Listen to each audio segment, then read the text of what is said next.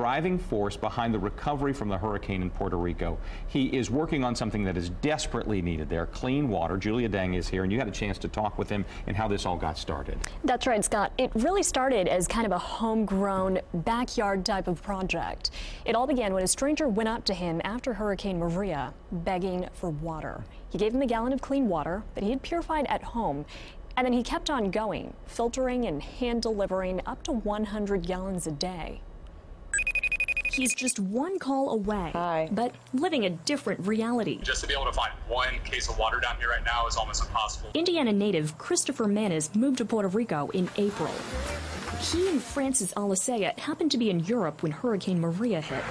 They took off to celebrate their recent engagement.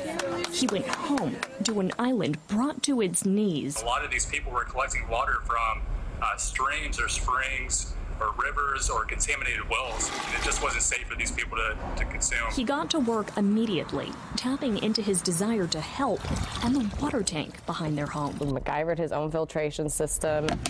His mission was partially cooked up in her mother's kitchen. In Puerto Rico, we have these big old pots. Like if you're a grandma over there, you have these big pots and where you cook the rice, the paellas, and all that. So he's got these big pots that my mom and my family provided him.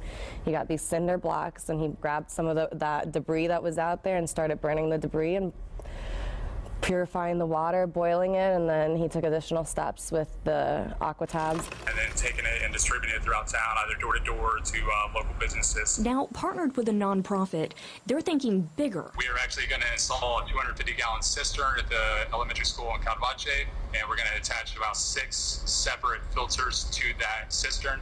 And that way, all the students, there's about 700 plus, and then even their families, when they show up in the morning to drop off their kids, they can actually collect drinking water for the day right there at the school. Teaching everyone about the power of an individual, pushing to make a difference. Just to see the reaction on their face, it's been amazing, and that's exactly what's been fueling me ever since.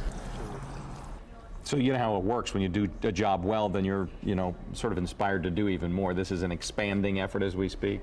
Yeah, that's right. So in addition to installing that tank, they are now putting together packages of water filtration equipment and teaching people how to purify their own water at home. So that's something that'll live as a legacy even beyond this once they get through the crisis part of it. Remarkable work.